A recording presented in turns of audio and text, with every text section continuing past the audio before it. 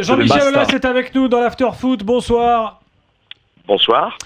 Bonsoir, président. On a vécu une soirée mouvementée, voire même catastrophique pour l'image du football français en général. On a suivi vos déclarations à vous, à Vincent Labrune, qui se plaint de l'arbitrage. Vous lui avez répondu. On est un peu plus à froid, là, 1 heure après le match. Bon, quel est votre sentiment ce soir ? À quel point de vue sur les propos insensés de Vincent Labrune? Oui, par exemple, commençons par ça. Effectivement, les déclarations nous ont fait l'effet d'une sorte de burn-out en direct. Oui, c'est exactement ça. C'est soit du burn-out, soit du grand guignol. Et c'est vrai que quand on veut grandir, il y a 2 manières de le faire.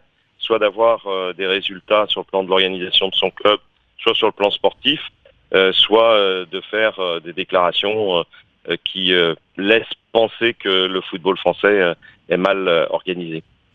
Concernant Mathieu Valbuena, Jean-Michel Aulas, vous pensez qu'il y avait on va dire un plan pour essayer de le faire déjouer ? Je pense qu'effectivement, quand on est arrivé à l'hôtel, déjà, il y avait des centaines de pseudo-supporters qui sont venus le mettre en condition. Et puis, quand on regarde effectivement les premières,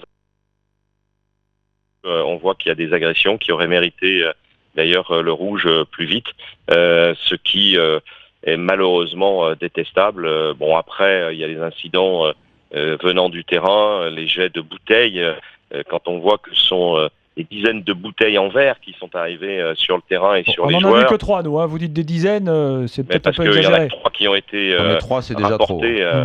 Bon, et ceci étant, je peux vous assurer, j'étais présent, peut-être vous y étiez aussi, que ce sont seulement les 3 bouteilles qui ont été ramenées. Qui ont été consignées, oui. Voilà, mais ceci étant, il y en avait beaucoup plus, et ça a continué avec d'autres projectiles.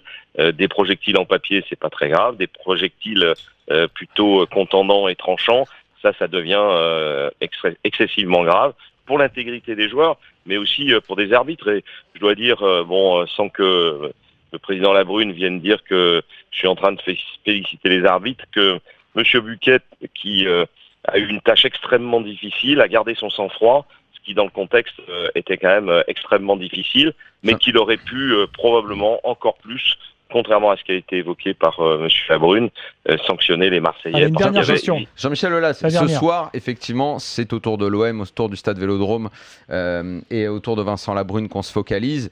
Il n'empêche que je disais tout à l'heure, et on est absolument d'accord avec ce que vous venez de dire pour l'instant, il n'empêche que dans le passé, et moi c'est quelque chose que j'ai souvent souligné, il y a une tendance, alors parlons que des gros clubs, et quand on parle de gros clubs, c'est vous et Marseille. Paris est un petit peu à part parce qu'ils ont réglé tous ces problèmes-là.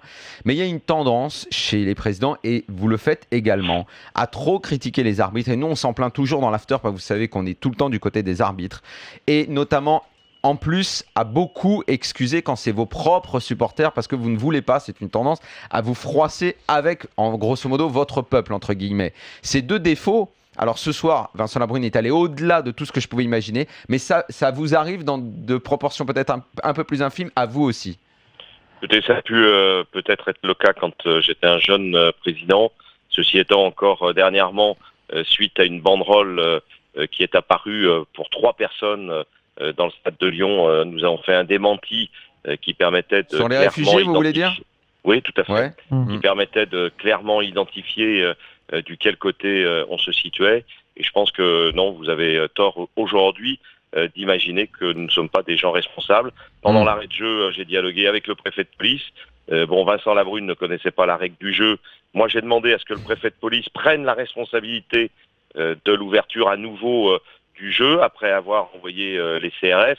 Bon, ceci étant, c'est aussi un métier d'être président de club. Et puis, je pense qu'il faut ne pas jouer avec ce sens des responsabilités, parce que c'est extrêmement grave. Maintenant, sur le plan des arbitres, il m'est arrivé de dire un certain nombre de choses, mais dans un contexte qui était un contexte tout à fait raisonné et pas du tout un contexte de révolution.